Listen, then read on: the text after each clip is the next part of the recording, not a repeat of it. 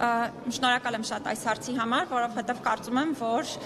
ընդհանրապես ազատությունից զրկված անձանց եւ մի շարք այլ խմբերի իրավունքների պաշտպանությունը պետք է բոլորի ուշադրության կենտրոնում լինի։ Մի շարք դեպքերում մենք գործ ենք ունենում մի փոքր այլ իրավիճակների հետ։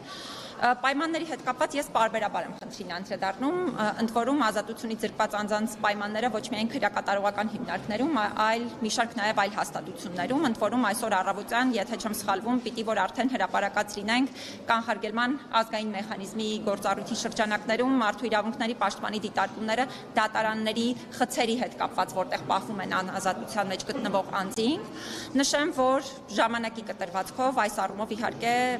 մեր հանրապետությունում, եթե շենքային պայմանների առումով հիմա խոսենք, որոշակի զարգացումներ տեղի ունեցել են, ավելին ասեմ, վերջին տարիներին օրինակ Աբովյան քրեակատարողական հիմնարկում, մի շարք այլ քրեակատարողական հիմնարկներում ևս վերանորոգման լայնածավալ աշխատանքներ իրականացվել են, բայց բնականաբար դա չի կարող լինել, այսպես ասած, միակ համակարգային միջոցը խնդիրները լուծելու, նախ շենքային պայմանների հետ կապված հարցերը պիտի լուծվեն, օրինակ Նուբարաշեն քրեակատարողական հիմնարկի շենքը իմ խորին համոզմամբ ամբողջությամբ փոփոխության է ենթակա, որովհետև ես չեմ կարծում, որ նույնիսկ այդտեղ վերանորոգման աշխատանքները կարող են որևէ արդյունք տալ։ Հետևաբար շենքային պայմանների առումով իրավիճակը այսպիսին է։ Մնացյալ, եթե շատ ավելի նեղ հարցեր են ձեզ հետաքրքրում, կարող եմ դրանց ևս անդրադառնալ։ Իսկ այդ որ ասեցիք անհրաժեշտություն կա նոր գաղութ կառուցելու, դրա մասով օրինակ ինչ-որ քննարկումներ արդեն իրականացվում են։ Այո, նաև ուրախ եմ այն տեսանկյունից, որ այն բոլոր հարցերը, որ բարձրաձայնում եմ, այդ թվում ես քրեակատարողական հիմնարկների հետ կապված, կարծես թե իրենց արձագանքը ստանում են պետական մարմինների կողմից եւ օրինակ Նուբարաշեն քրեակատարողական հիմնարկի հետ կապված հարցը հատուկ քննարկման առարկա դարձվել է։ Կարող եք իհարկե շատ ավելի մանրամասն տեղեկատվություն արդարադատության նախարարությունից ստանալ, բայց միանշանակ հարցը քննարկվել է։ Պարզապես այս փուլում արդեն կարևորում եմ ոչ միայն հարցի քննարկումը, այլ նաև հարցի հետ կապված վերջնական ոչ թե որոշման կայացումը, այլ փաստացի գործողությունների իրականացումը։ Տիկին Մանասյան, դուք ինչպես կգնահատեք իրավապահների աշխատանքը, թե ոնց է հիմա ասենք կոռեկտ չէ գործընկերների աշխատանքի վերաբերյալ գնահատական տալը, բայց երեք աղմուկահարույց միջադեպը Աջափնյան վարչական շրջանում տեղ ունեցած, դրան նախորդել են այլ դրվագներ, մարդիկ են կյանքից զրկվում եւ ըստ էության իրավապահները բնակիչները մեծ ցույցում նշում են, ինչքան ոստիկանների թիվը ավելանում է, այնքան նման միջադեպերի թիվն է ավելանում։ Դուք գոհ եք իրավապահների աշխատանքից կամ տարվող աշխատանքներից, թե բացատրական աշխատանքներից։ Նման միջադեպերը չեն կարող նորմալ դիտարկվել որևէ մարդու կողմից կամ որևէ հասարակությունում։ Ցավոք, տարատեսակ իրավիճակներում գործ ենք ունենում նման բացասական երևույթների ու միջադեպերի հետ։ Կարծում եմ, որ տարբեր մարմինների աշխատանքին ես բազմիցս նաև հրապարակային եմ անդրադառնում, իհարկե իմ լիազորությունների շրջանակներում անդրադառնալով այն դեպքերին, երբ իրավունքների խախտման հետ ենք գործ ունենում կամ առերևույթ խախտումների տարբեր այդ թվում իրավապահ մարմինների հետ կապված աշխատանքների առումով, բայց կուզենամ մի փոքր ավելի լայն հարցի վերաբերյալ խոսել, մասնավորապես ձեր կողմից հիշատակված տարբեր երևույթներ, այդ թվում երեկվա տեղի ունեցած միջադեպը, մի շարք դեպքերում նաև մարդկանց կրթության եւ մշակույթի հետ կապված խնդրահարույց այսպես իրավիճակի արդյունք է եւ համարում եմ, որ այդ առումով թե կրթության համակարգը պետք է ամբողջապես բարեփոխվի, բայց բնականաբար նաև տարբեր իրավապահ մարմիններ պետք է պատշաճ աշխատանքներ իրականացնեն։ Ես կանխարգելիչ աշխատանքների մասին չեմ կարող խոսել, որովհետև գործ եմ ունենում սովորաբար իրավունքների խախտումների հետ կապված դեպքերի առումով, դրանց պարբերաբար եմ անդրադառնում դարձյալ, թե անհամաչափուժի կիրառում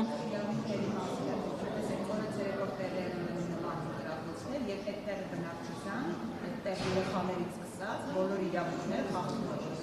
Ոչ մեկ երաշխավորված կրակոցներից մեկ իրենց չէ։ Այս առումով արդյոք չի թերացել իրավական համակարգը։ Գուցե մենակ խախտումների մասին եք արձանագրում, բայց գուցե կարելի է նաև քիչ գործողություններ իրականացնել։ Շատ կարևոր հարց եք բարձրաձայնում եւ բնականաբար դրա մասին թե դուք եք խոսում, թե ես, թե բոլորս ենք խոսում։ Հիմա որպես քաղաքացի ես կարող եմ ինչ-որ մտքեր արտահայտել, բայց իմ լիազորությունների շրջանակներում գնահատական ներկայացնել կանխարգելիչ միջոցառումների հետ կապված չեմ կարող։ Այն, որ մենք ունենք այդպիսի իրավիճակ, դա արդեն իսկ նշանակում է, որ կան խնդիրներ, այսինքն բավարար չի բոլորիս կատարած աշխատանքը, որովհետեւ օրինակ այն կոնտենտը, որ տարածում ենք, այդ թվում հրապարակային եղանակով տարբեր հարաբերությունների, հարցերի հետ կապված, այն լեզուն, որը ամեն օր կիրառում ենք, ինքը միանշանակ նպաստում է նաև նման երևույթների ավելի զարգացման, այսինքն հիմա հարցի երևույթի մասին կարող եմ շատ երկար խոսել, բայց այն, որ դրա հետ կապված պայքար պետք է մղել ընդ որում ոչ թե միայն իրավապահ մարմինների լիազորությունների շրջանակներում, այլ յուրաքանչյուրս նաև մեր դերակատարությունը ու գործառույթը նկատի ունենալով միանշանակ է։ Ֆինանսի կնոջ հետ կապված որևէ բան հաջողվեց ձեզ բարձր, որ Հայաստանի ահացիներան սպառնում էր ուղարկել դրան, որտեղ նրան կախաղաներ, սպասվում եւ նաեւ սպառնում էին ուղարկել Ադրբեջան, որտեղ մարդու իրավունքները կողքորեն խախտում են, դուք ինչ բարձրացիք։ Նշեմ, որ այս հարցի հետ կապված մենք ոչ թե պարզապես հարցի առնչությամբ տեղեկատվությունը ստացել ենք, այլ նաև զբաղվել ենք այս խնդրով, նկատի ունենալով այն հանգամանքը, որ գործ ունենք այնպիսի իրավիճակի հետ, որ անձը զգայուն վիճակում է գտնվում, բնականաբար որևէ տեղեկատվություն հրապարակային, այդ թվում մեր գործողությունների հետ կապված չենք տարածել, որովհետև դա կհակասի նաև միջազգային տարբեր կոնվենցիաների, այդ թվում ապաստան հայցողների, փախստականների եւ այլ խումբ անձանց հետ կապված Պարզելու առումով նշեմ, որ առաջնահերթ խնդիրը բնականաբար այն էր, որպեսզի անձի իրավունքները չխախտվեն այն դիտանկյունից, որ չհայտնվի այնպիսի իրավիճակում, որը կարող է վտանգավոր լինել հենց իր կյանքի համար, բնականաբար այդ առումով մեր գործառույթները իրականացրել ենք, գործողությունները իրականացրել ենք։ Այս փուլում սրա հետ կապված այսքանը։ Հայաստանում է։ Ես չեմ կարող սրա վերաբերյալ կներեք, էլի տեղեկություններ հաղորդել։ Հայտարարություն իրանցի կնոջ կողմից եւ ունեն ձեր կողմից կներեք, բայց գրեթե բանի հետ կապված ոչինչ չասող պատասխան եւ հիմա մենք չգիտենք այդ կնոջը ուղարկել են Կախաղանին, չեն ուղարկել Հայաստանում կամ չունեն ահացած, սպառնում են էլի թե չգիտեք։ Կներեք, բայց որպես մարդու իրավունքների պաշտպան նախ ես չեմ կարող պարզապես այսպես նայել, ասել, հա, ինչ լավ է մարդուն ուղարկել են Կախաղանի եւ բնականաբար մինչ այդ ես իմ տեսակետը այդ թվում միջազգային կարգավորումների եւ չափանիշների հետ կապված բնականաբար նաեւ պաշտոնապես ներկայացնում եմ, բայց ինչ վերաբերում է հարցի վերաբերյալ տեղեկություններ ներկայացնելուն հրապարակային, նկատի ունեցեք, սա զգայուն հարց է, ընդ որում ոչ միայն իմ տեսանկյունից, ընդհանրապես միջազգային կոնվենցիաները Հիմա եթե օրինակ ձեր տեսանկյունից խնդրահարույց չէ դրա մասին խոսելը, իմ տեսանկյունից խնդրահարույց կդառնա, որովհետև ես մարդու իրավունքների պաշտպանության հարցերով եմ զբաղվում։ Հետևաբար, եթե հարցի հետ կապված ուզում եք տեղեկատվություն ստանալ, թե արդյոք կինը Հայաստանում է, Հայաստանում չէ եւ այլն, դրա հետ կապված բնականաբար տեղեկատվությունը, իհարկե տեղեկատվության տիրապետողը հիմնական մենք չենք, բայց կարող ենք անձից հարցնել իր համաձայնությունը եւ հասկանալ հնարավոր է նման տեղեկատվություն ձեզ փոխանցել, թե հնարավոր չէ, բայց հրապարակային դրա վերաբերյալ ես չեմ կարող խոսել։ Մենք տեսնում ենք ԱԱՑ-ը գործառույթների ըստեյության չարաշահում է, մեկ այս կնոջն է սպառնում ուղարկել Կախաղան իրան, մեկ գնում հոգևորականների տեքստում փոփոխություններ անել, ձեզ մտահոգում է սա, թե ոչ, եւ օրինակ կառավարությանից ալիճ երբևէ Անդրանիկ Սիմոնյանի հետ քննարկում եք ես իրավիճակահարցումը, այս ինչ է։ Ես հարցի հետ կապված կարծում եմ նաև հրապարակային եմ բազմիցս խոսել, հատկապես մեր տիպի հետխորհրդային երկրների պարագայում, որտեղ իրավապահ մարմինների, այդ թվում անվտանգության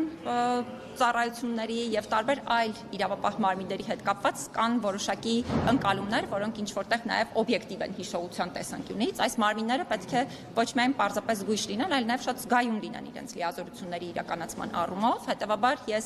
հրապարակային ոչ միայն հարցի վերաբերյալ խոսել եմ, հիմա էլ կարող եմ հորդորել գործընկերներին, նույնիսկ եթե որևէ լիազորություն իրականացվում է օրենքով սահմանված կարգով, իրավասությունների շրջանակներում, դրանք պետք է իրականացվեն շատ զգայուն եղանակով եւ բացառապես այն դեպքերում, երբ դա թույլատրելի է օրենքով։ Ձեր համար էլ է Գարեգի երկրորդը ոչ կաթողիկոսն։ Ես այս հարցին եմ բազմիցս անդրադարձել, ես մարդու իրավունքների պաշտպանն եմ, որը որևէ իրավասություն չունի, որևէ մեկին ճանաչելու կամ չճանաչելու եկեղեցու ղեկավար, կրոնական կազմակերպության ղեկավար եւ այլն։ Ես պաշտպանում եմ նրանց իրավունքները եւ զբաղվում եմ իրավունքների պաշտպանությամբ։ Իրավունքները խախտված են, թե խախտված չեն, հաշվի առնելով տեղի ունեցող զարգացումները եւ օրինակ գործադիրի ղեկավարը հայտարարում է, որ օրինակ ինքը չի տվյալ անձին որպես կաթողիկոս, նրա նկատմամբ հարցում եք իրական գործեր եւ այլն։ Հիմա ձեր կարծիքով կաթողիկոսի իրավունքները խախտված են, պլանավորում եք նրա հետ հանդիպում, թե ոչ։ Ես խնդրի վերաբերյալ բազմիցս խոսել եմ, հատուկ շեշտադրել եմ կրոնական կազմակերպությունների ինքնավարությունը հարգելու կարևորությունը։ Սրա վերաբերյալ կարծում եմ նոր չէ, որ արտահայտվում եմ, առավել եւս վերջին իրադարձությունների հետ կապված, որոնք վերաբերել են դատական ակտը չկատարելու հիմքով քրեական վարույթ նախաձեռնելուն, քրեական հետապնդումներին, հատուկ խոսել եմ այն հարցի մասին, որ թեև մենք հիմա գործ ունենք դատական ակտի մասին եւ բոլորս ենք ինչ որ առումով սահմանափակված հարցի վերաբերյալ շատ ավելի կոշտ դիտարկումներ ներկայացնելու հանգամանքով, բայց առնվազն Հայաստանը կաթողիկոսի թե ոչ։ կներեք, ես այն մարդը չեմ, որ հիմա ձեզ կարող է ասել այս մարդը այս կրոնական կազմակերպության ղեկավարն է, կաթողիկոսն է, թե ոչ, ես պաշտպանում եմ նշված անձանց իրավունքները։ Տեսեք, դուք կրոնական ազատությունից եք խոսում, Հայաստանի Ծառայական Սուրբ Եկեղեցու ընտրված ոդյալ կաթողիկոսը Գարեգին երկրորդն է, բայց հիմա օրվանշանություն է եւ հիմա հարցը ինչու՞ է Հայաստանի։ Բայց այդ հարցը ինչու եք ինձ տալիս, դա եմ ասում, ես չեմ կարող այդ հարցին պատասխան տալ։